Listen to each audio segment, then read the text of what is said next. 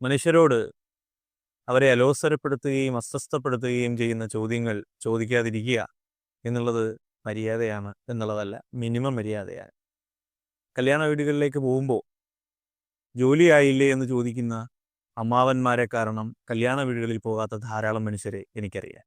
സ്കൂളിൽ മുഴുവൻ കുട്ടികളുടെയും മുന്നിൽ വെച്ച് അച്ഛൻ എന്താണ് ജോലി എന്ന ചോദ്യം തൻ്റെ ഊഴം തേടി വരുന്നത് കണ്ട് അസ്വസ്ഥനാവുകയും ഈ ഭൂമി ഒന്ന് ഇടിഞ്ഞു പോയിരുന്നെങ്കിൽ എന്ന് ആഗ്രഹിച്ചിരുന്ന ഒരു കുഞ്ഞിനെ അവൻ്റെ അച്ഛൻ ആക്രി കച്ചവടക്കാരനാണ് എനിക്കറിയാം.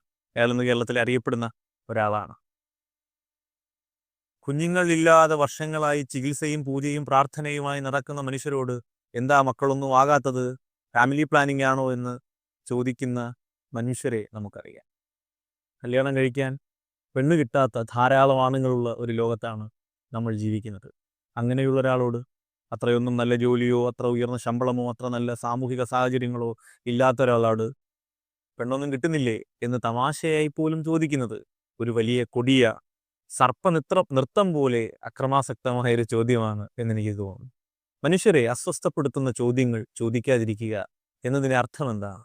നിങ്ങൾക്ക് അവർക്ക് വേണ്ടി ഒന്നും ചെയ്യാനില്ലെങ്കിലും, നിങ്ങൾക്ക് അവരുടെ ജീവിതത്തിൽ ഗുണപരമായി യാതൊരു കോൺട്രിബ്യൂഷനും നടത്താനില്ലെങ്കിലും നിങ്ങൾ അവരോട് കാണിക്കേണ്ട, നിങ്ങളെന്ന് പറയുമ്പോൾ ഞാനും കൂടെ ചേർന്നാണ് കേട്ടോ, നമ്മൾ അവരോട് കാണിക്കേണ്ട മിനിമം മര്യാദ, മനുഷ്യരോട് കാണിക്കേണ്ട മിനിമം മര്യാദ അവരെ സ്വാസ്ഥ്യം അവരെ ദുർബലരാക്കുന്ന, അവരുടെ ആത്മവിശ്വാസം ചോർത്തിക്കളയുന്ന ചോദ്യങ്ങൾ ചോദിക്കാതിരിക്കുക എന്നുള്ളതാണ്. എന്തിനാണ് ജോലിയുണ്ടോ എന്ന് ചോദിക്കുമ്പോൾ ജോലിയുണ്ട് എന്ന് പറയുന്ന ഒരാളോട് പിന്നെ സ്ഥിരജോലിയാണോ എന്ന് നമ്മൾ ചോദിക്കുന്നു.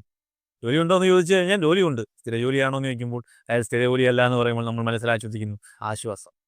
അങ്ങനെയാണ് മലയാളിയുടെ സൈക്കോ പ്രവർത്തിക്കുന്നത്. പ്രത്യേകിച്ച് എനിക്കൊന്ന് ജെൻസി തലമുറയൊക്കെ ആളുകളോട് ഇടപെടാൻ തന്നെ മടിക്കുന്നതിൻ്റെ ഒരു കാരണം ഇത്തരം അലമ്പ് ചോദ്യങ്ങൾ ചോദിക്കുന്ന അലമ്പ് മനുഷ്യരാവാതിരിക്കണം.